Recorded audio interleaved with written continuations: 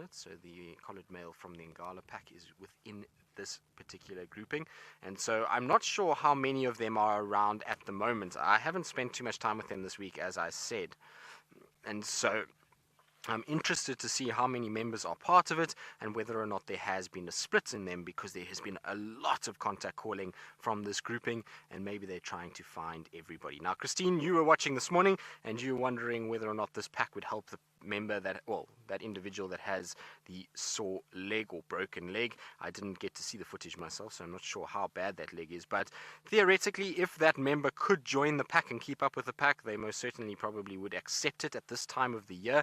At the end of the day, it's not a mating period, and therefore they are a lot more inclined to accept members within the group, and that dog would just have to be able to keep up, and it would be accepted within it. Whether or not they would help it is the next thing. I don't think they would go back and try and keep it up, slow right down to keep that one with it. You tend to find that those dogs kind of break off on their own, or they try and join up with a smaller group and then run around. The thing is, though, a dog with a broken leg like that is not necessarily a death sentence. So a lot of people would look at that and say, that dog is not going to be able to survive, it's got a broken leg.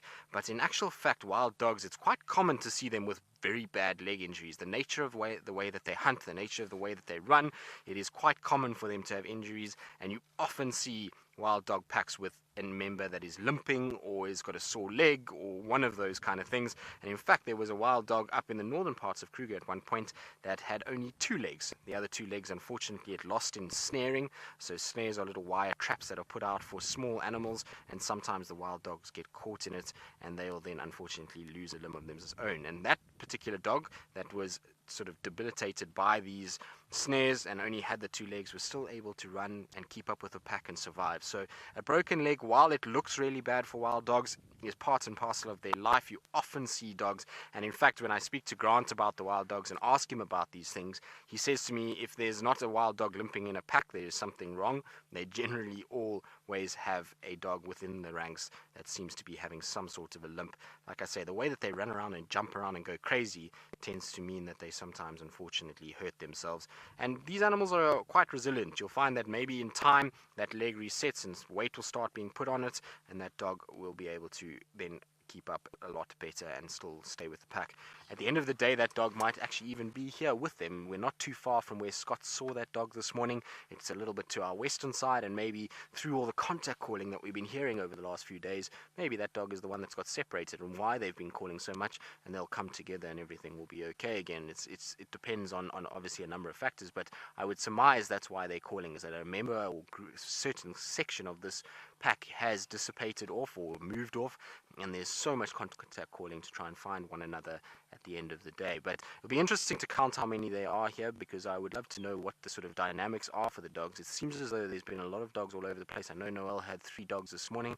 Whether they're from this pack, I'm not 100% sure. I don't know if she had the Losabi breakaway pack or which one she had, but it'll be interesting to kind of see how it all goes.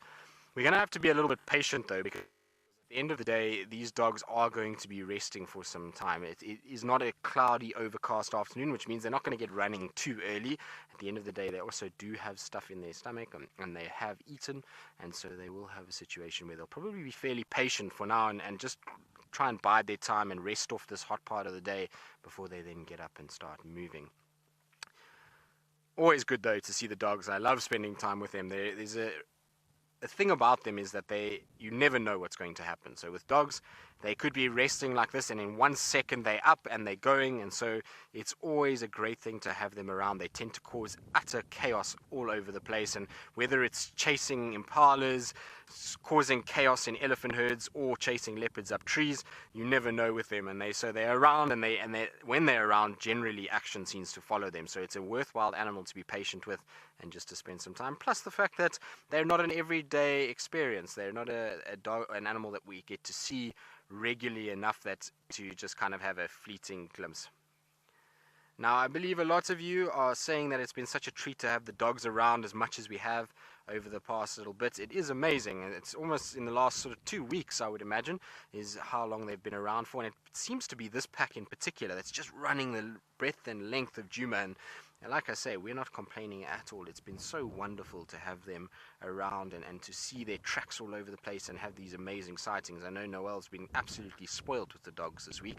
She's had 2 great sightings of them, and I know Steph's had a great sighting of them on foot as well. And so it's really good to have them around. And like I say, because they are as rare as they are, and we generally find in the winter months we see very little of them if they don't den anywhere nearby, that it's an absolute treat when they spend longer periods of time in this area and when they are around Djuma. Lily, who's 6 years old. Hello, Lily. I hope you're having a wonderful weekend. You want to know who is the leader of this pack. Well, Lily, I, at the moment, am not sure who the leader is of this pack. And the reason why I say I'm not sure is because this pack has just gone under a huge change. So what's happened, Lily, is that a new male has come and the pack has split from the original pack. So there's some members have gone one way, some have gone another way. And so at the moment, they're all just kind of trying to establish themselves within the pack. They're all trying to work out who is who. And you'll find that because it's not the time when they breed and have puppies, it means that they're all kind of just running around trying to feed one another at this stage. But as that is happening, Lily, so you're going to find that a male and a female are going to come to the fore, and they're going to be the individuals that start leading the pack and become the alpha pair.